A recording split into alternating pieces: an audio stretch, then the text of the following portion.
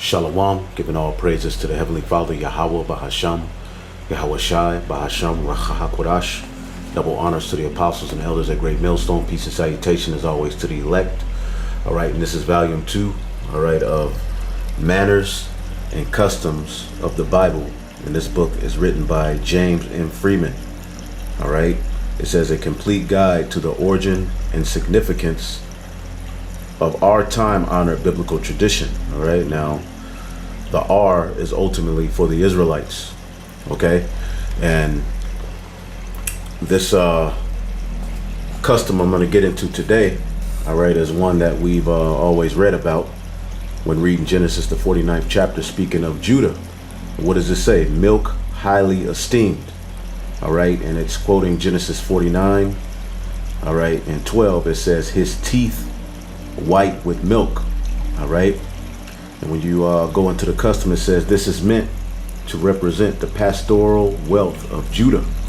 Okay, because the priesthood would ultimately come out of Judah, all right, which ultimately is Yahawashi, who came from the loins of David. Okay, now it says milk is in the East a very important and highly valued article of diet. Okay, it says in India, it is sometimes said of a rich man, he has an abundance of milk. A saying somewhat similar to this, but more closely resembling the text, is applied to one who has plentiful supply of milk. His mouth smells of milk.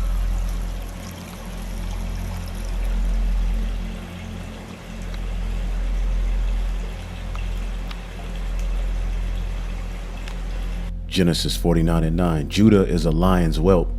From the prey, my son, thou art gone up. He stooped down and crouched as a lion, and as an old lion, who shall rouse him up? The scepter shall not depart from Judah, nor a lawgiver from between his feet, until Shiloh come, and unto him shall be the gathering of the people, binding his foal unto the vine, and his ass's coat unto the choice vine. He washed his garments in wine, and his clothes in the bloods of grapes. His eyes shall be red with wine, and his teeth white with milk. All right, now this is Jacob speaking to his sons about what will befall them in the latter days. All right, and within this prophecy, he's speaking of Judah, in which when you read Deuteronomy, the 33rd chapter, it lets you know that the blessing of Judah, all right, would be that he would be responsible for his brethren gathering unto him. All right, now within this blessing and prophecy that that Jacob is speaking, all right, here in Genesis the 49th chapter, all right, he speaks of the Messiah, okay, who is Shiloh. Now, what does Shiloh mean? Okay, Shiloh means peace. Okay, Shiloh, Shalawah. All right, and let's get the meaning of it. It says, he who it is, that which belongs to him, tranquility. All right, tranquility, which is basically peace. Let's look up this word tranquility. All right, the quality or state of being tranquil, calm, peace, peacefulness, restfulness, repose, calm, calmness, quiet, quietness, stillness, composure, calmness, serenity, and peace, which is coming to the nation of Israel. All right, now as we understand in the scriptures, there's a way that that peace is going to come, and that peace is going to come through the Prince of Peace, which is Yahawashi, man. Okay, the son, the only begotten son of the Most High Yahweh.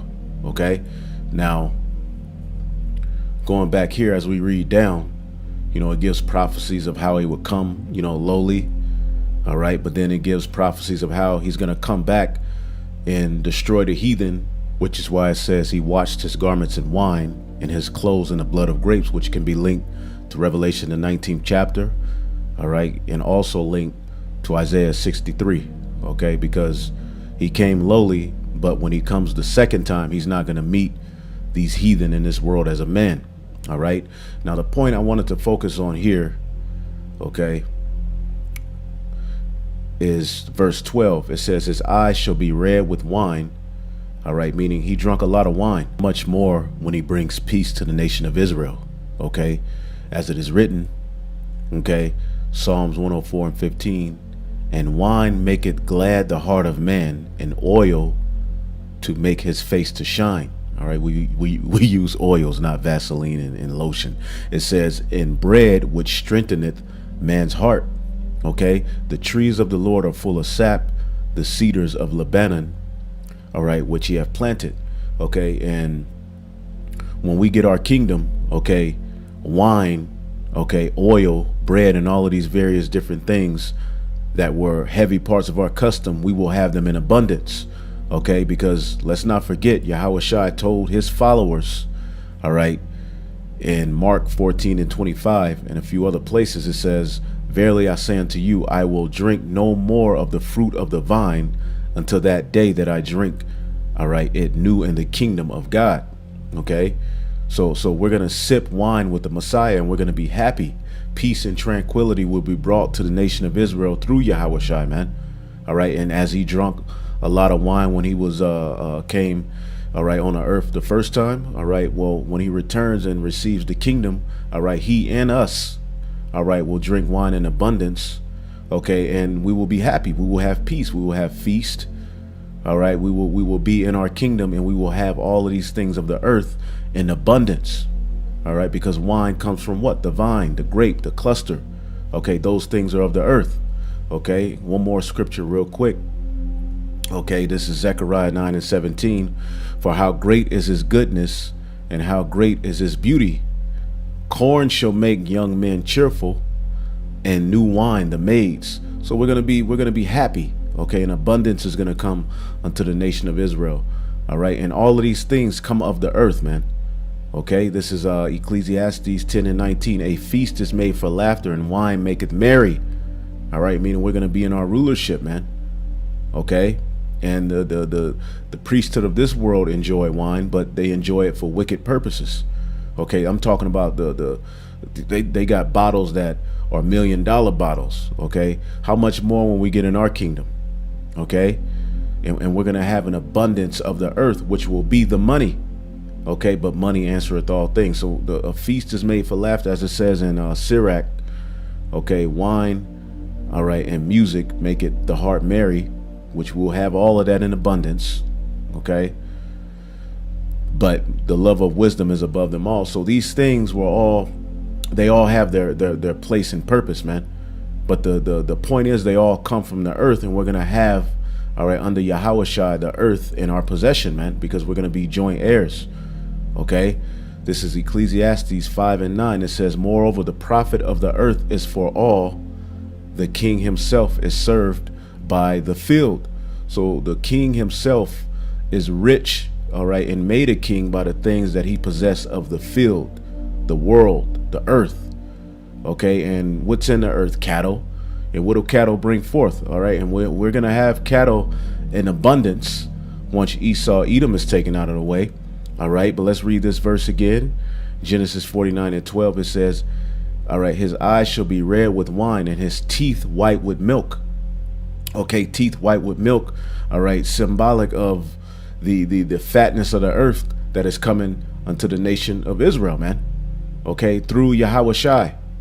Okay, meaning he's gonna have riches out of this world. Now let's get a few other precepts to link with this. Let's get first Isaiah 12 or Isaiah 7:22.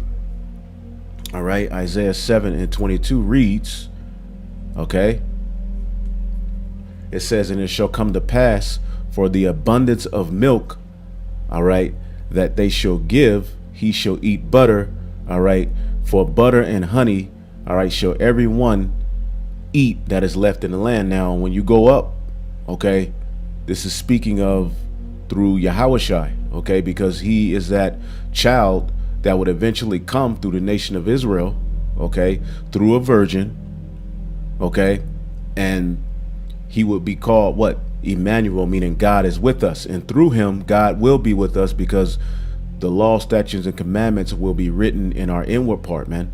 Okay, it says butter, and honey shall he eat, all right, that he may know to refuse the evil and choose the good. Okay, and when you keep reading down, it speaks of how he's going to bring the nation of Israel, all right, back together as one, man. All right, and we're going to have the fatness of the earth, man. But as you read down, let's read it again. All right. In verse 22, it says, and it shall come to pass for the abundance of milk. So we're going to have an abundance of milk. All right, that's how you know, all right, that in the ancient world, if you had an abundance of milk and meat, all right, you were of the upper elite class. Okay, so the old saying, his teeth is white with milk, all right, means the abundance and riches, all right, that this man has. So it shall come to pass for the abundance of milk that they shall give, he shall eat butter. And butter was a very important, all right, custom, all right, in the ancient world. All right, churled butter. Okay, they ate it with their bread, which they ate with every meal. Okay, and we're going to eat good in the kingdom of heaven. It says for butter and honey, all right, which honey comes from the earth. So we're going to have the fatness of the earth as it was prophesied and promised unto Jacob. Okay, let's get that real quick. All right, Genesis 27, as it was promised to Jacob. All right, verse 28. Therefore God give thee the dew of heaven and the fatness of the earth and plenty of corn and wine. All right, and out of Jacob shall come the star. All right, as it is written in the book of Numbers 24, I believe. Okay, and through him, all right, would be how we would get this, man. Okay, and that's why it says he's going to rule over the house of Jacob, because he came out of Jacob ultimately. Now let's look up this word fatness. Okay, because milk is ultimately a fat. Okay, so the word is mashman. Okay, it says fatness. All right, fat, peace, fertile place, richly prepared food, fatness of peace, olive oil. All right, stout, vigorous. Okay, fertile spots or places, and we're gonna have the fatness of the earth, man. All right, in our possession under Yahawashi, man. Strong, healthy, full of energy. All right, strong. Our rulership is going to be a strong rulership, and it's never, all right, going to be taken down, man. So that was promised, all right, to Jacob, man. Okay, and his descendants. But there's a process of how that would happen. Now, real quick, the Hebrew word for milk, all right, is chalab. Chalab. It says milk, sour milk, cheese, milk, but metaphorically, what is it? Abundance of the land. Okay, abundance of the land. Metaphorically, it means abundance of the land. Okay, and the root, fat, choicest, best part, abundance of products of the land. See that? Of products of the land. Okay, so right here we see, all right, what this metaphorically means. Now let's get Jeremiah. I should have brought that milk definition out first, but hey, the spirit is the spirit. Jeremiah 11:5 says, all right, it says that I might perform the oath which I have sworn unto your fathers, to give them a land flowing with milk and honey. Now, does that mean when you walk into the land, milk is going to be flowing from, you know, the waterfalls are going to be waterfalls of milk? Now in the kingdom, if you want a milk waterfall, hey, you could have that. But ultimately, it's just speaking of the land is going to be, we're going to have the fatness of the earth. And ultimately, you know, Yahawashi promised our forefathers, even, you know, at the time of Egypt, you know, that we would be blessed with the land of milk and honey. And that promise still stands. Okay, honey. All right, the Hebrew word for honey, let's look that up real quick. All right, dabash. Okay, it says honey. Okay, honey. All right, and honey is sweet. Okay, and I believe honey and milk are two of the things mentioned in the book of Sirach that were, you know, beneficial, all right, and needful for a man to sustain himself. Okay, so but we're gonna have the whole earth flowing with milk and honey. Okay. But it's all going to start with that promised land that was promised to Abraham, Isaac, and Jacob. And once we're planted there as one, all right, when Yahawashi sits on the throne of David, okay, and we're established as a government, all right, it's on, all right, the earth will be ours, man. Okay, let's see here. So verse 6 says, then the Lord said unto me, proclaim all these words in the cities of Judah and the streets of Jerusalem, saying, hear ye the words of this covenant and do them. And that's what we're doing ultimately. We're letting our people know that, look, we're about to ball out, but our people are chasing a bag to their own destruction and confusion. Meanwhile, look what's promised unto us if we are just obedient. Okay, Isaiah 58. Isaiah 58 and 13. All right. It says, let's see here.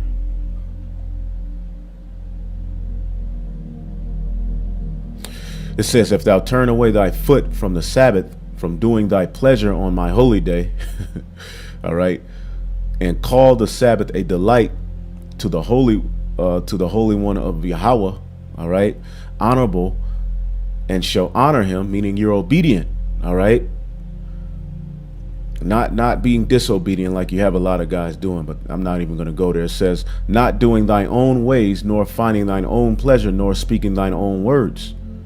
Okay, which Israel has a legacy of doing those things.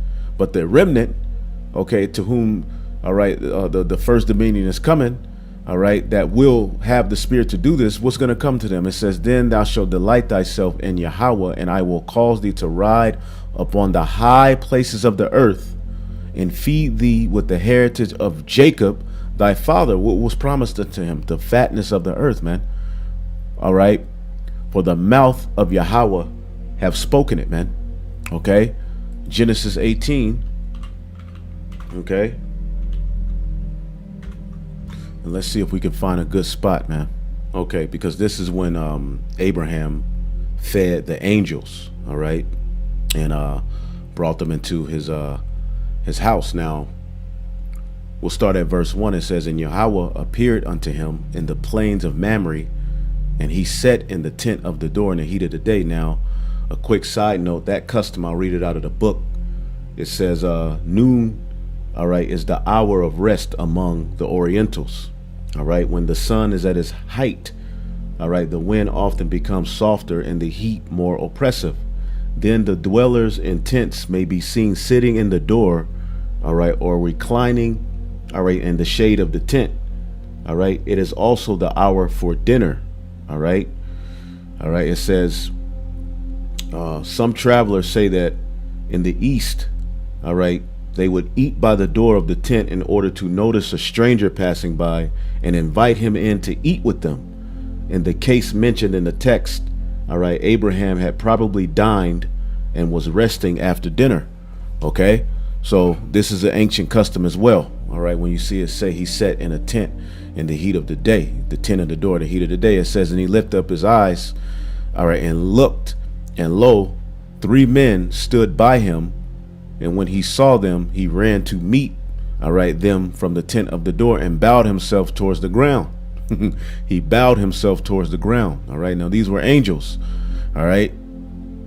And it says, and said, my Lord, if now I have found favor in thy sight, pass not away.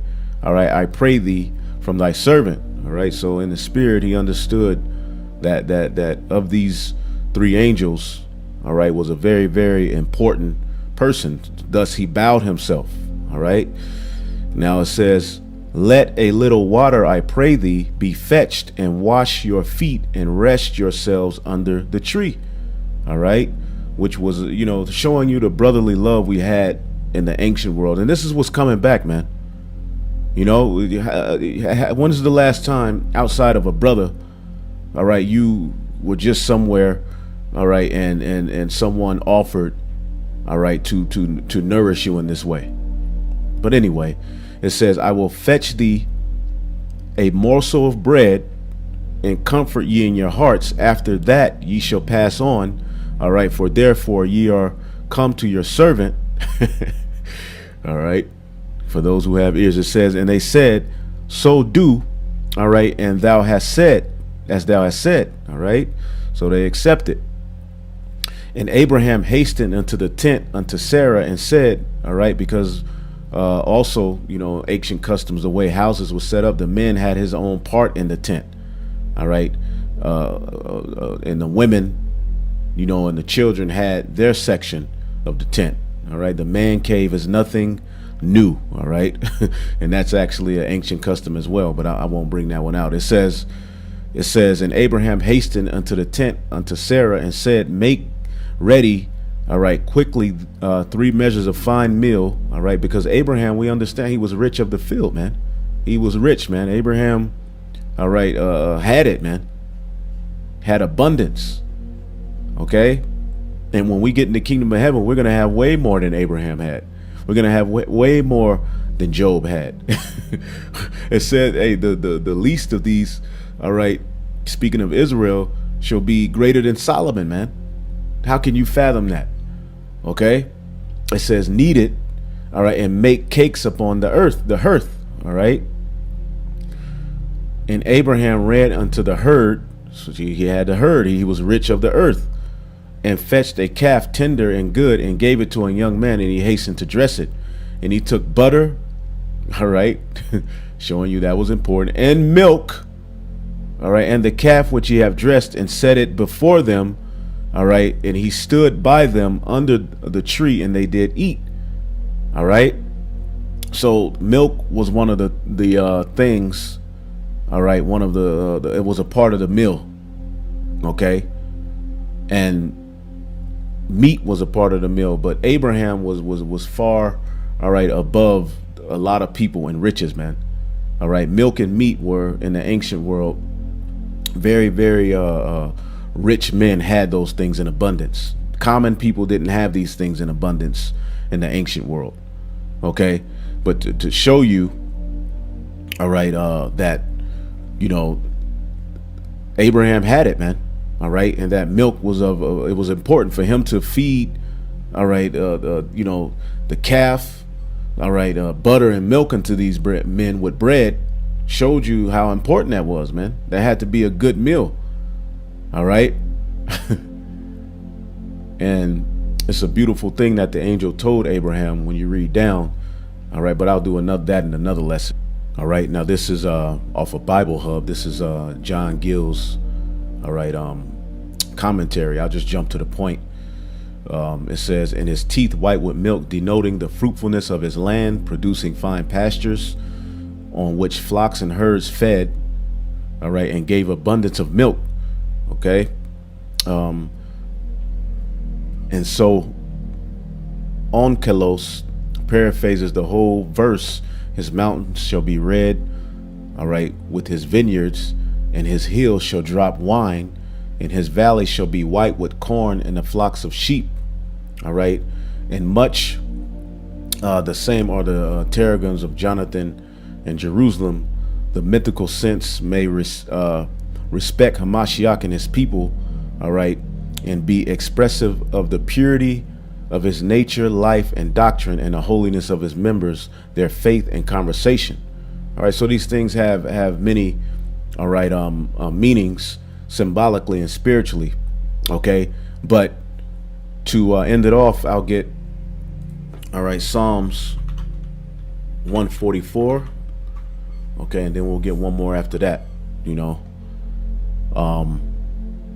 Psalms 144 and 11, it says, rid me and deliver me from the hand of strange children, and Yahawashi is going to do that, okay. As it says in Luke, the 1st chapter, he's going to deliver us from our enemies. That's what he was set for. Oh, that's a part of his job, okay. That's a part of his blessing. He is the deliverer, right? Yahawashi, he is salvation. Rid me and deliver me from the hand of strange children, whose mouth speaketh vanity, and their right hand is the right hand of falsehood, which is Esau, Edom. Okay, and once Esau is destroyed, this is what's going to happen for us: that our sons may be as plants grown up in their youth, that our daughters may be as cornerstones polished after the similitude of a palace, that our garners may be full according to all manner of store, that our sheep may bring forth thousands and 10,000s in our streets, that our oxen may be strong to labor, and that there be no breaking in or going out, and that there be no complaining in our streets. All right, because we're going to be at peace. All right, through Shiloh. Happy is he. All right, happy is that people that is in such case. Yea, happy is that people whose God is Yahweh. All right, and he's the God of Abraham, Isaac, and Jacob, man. All right, now end it off here. All right. This is speaking of Yahawashi after he opened the seals and gave us the new song, all right, through the Comforter, which is the Holy Spirit. Revelation 5:12, all right, saying with a loud voice, worthy is the Lamb that was slain to receive power and riches and wisdom and strength and honor and glory and blessing. All right, so Yahawashi, all right, is going to be the richest man on the planet. All right, the top man, the richest man, but under him, all right, we're going to be joint heirs, man. So we're going to have riches. Okay, we're going to have possession of the heathen as he will have possession of the heathen. That's his blessing. The fatness of the earth will come to us through Yahawashi. So going back to Genesis, all right, the 49th chapter, all right, which I can keep going, but the point was made. All right, Genesis 49:12, his eyes should be red with wine and his teeth white with milk. All right, now we have the understanding on that. Hopefully I will edify. Shalom.